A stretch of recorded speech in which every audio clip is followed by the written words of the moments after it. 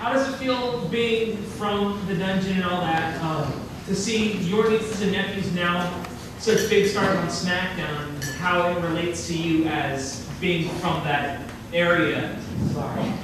Well, you know, they're all really, if you know them, they're all really good kids, and they work really hard, and they're really serious and conscientious, and they're dedicated to the profession of pro wrestling. Have been for years. So I mean, I'm really mindful and respectful of what they've accomplished in a very short time. I told Nanny, Jim Reinhardt's daughter, a few months ago, I said, for what the ground that they're sort of making now, the progress they're making, it's so much harder than what most of us, I think it's much harder than what I went through, I think. It's so much harder for them today to find the courage to sort of try to fill those shoes. And it's not easy to do, and there's lots of reasons in my family for that generation to have said, "What the hell with wrestling," and move in a different direction. But they, you know, despite the tragedy of that with the whole one and different things, they never lost sight of what their real dream was. Their dream was to someday wrestle for WWE, and the fact that they're doing it is a testimony to their willpower and dedication, and I'm very proud of them. So this might sound kind of dumb, and I'm not sure how many times you've heard this, but it would be an honor for me to take a chop from you in the ring right now. I'm retired. I never threw chops anyway. I can never do the woo part.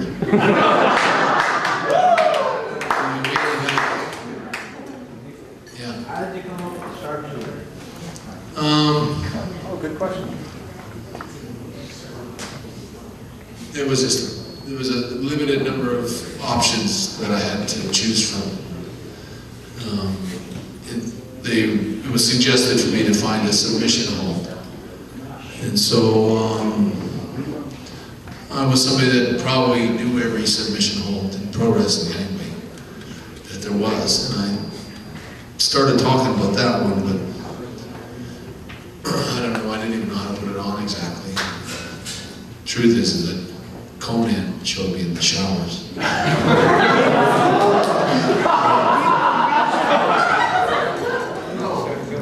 But you know, the truth is, yes, that is the truth. You know, and he actually was one of the few guys that knew how to do it and put it on. And I've always noticed that how I put it on is a little different than how Sting puts it on and how a lot of guys put it on. So I think that I'm original. Sharpshooter is not the same as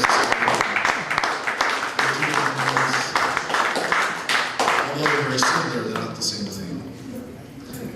You in the front there. Are you friends in real life? What was that? He didn't hear you. Are you really friends in real life? With who? With Ruben. Or British Bulldog? I used to be, we were pretty decent friends.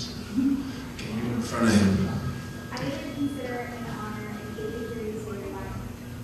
Oh, the best there is? Such a tease. Best there is, best there was, best there ever will. Yeah!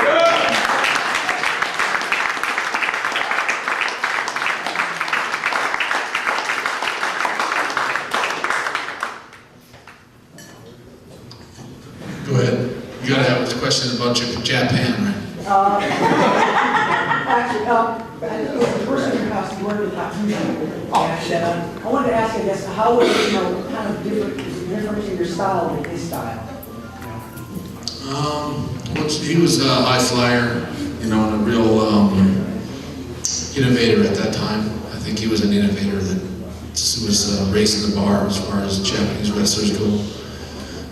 We just had a really good chemistry. I had good chemistry with most Japanese wrestlers, because Japanese wrestlers were always technically really good, but they were never very good personalities. They didn't have a lot of, they couldn't cut promos, and they couldn't, you know, they didn't have a lot of flash outfits or gimmicks and stuff like that. They were just Japanese wrestlers, but they were good, you know, so I had a good understanding of what he was capable of, and I think I had some good matches with him.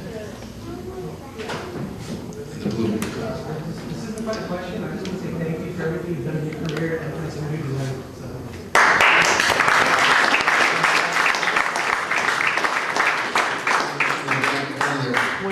when it comes to the landscape of wrestling right now, what's your feeling on the lack of tag team wrestling? Well, I don't know what to say about that other than the fact that I think the wrestling fans dictate policy in wrestling. So, I know that maybe there's just not enough good tag teams out there, but if wrestling fans want tag team wrestling, all I have to do is sort of let them know, by paying to see it, and sort of appreciating some of the teams that are out there. I think it's starting to come back a little bit now for some teams, but tag team wrestling is a whole different thing, different than single wrestling. And I think anyone that really wants to understand good tag team wrestling, just go back and watch all the Hart Foundation matches.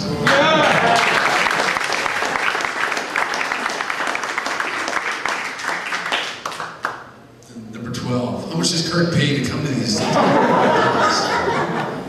Now, when they ask you about your acting career, what was your favorite role? The Immortal or Lunch with Doug, or which one? That's an interesting question. My favorite role was probably the one I did on Lonesome Tough. It was a real job for a while, so I would have to take that one. But it was awful fun beating the hell out of Will Sasso on my team.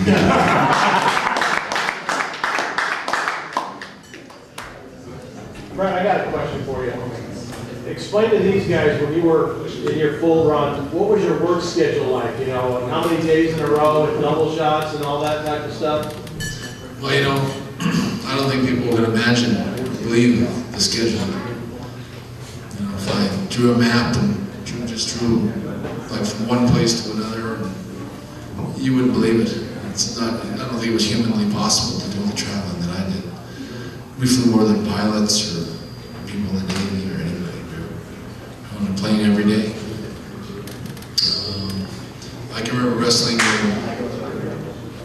every time zone in North America in like 10 days, like from Alaska to Newfoundland, like from one end up and down and all over. Like you'd be in Montreal one day, and you'd be in El Paso the next day, and then you'd be in Anchorage the next day. I don't know how I did it.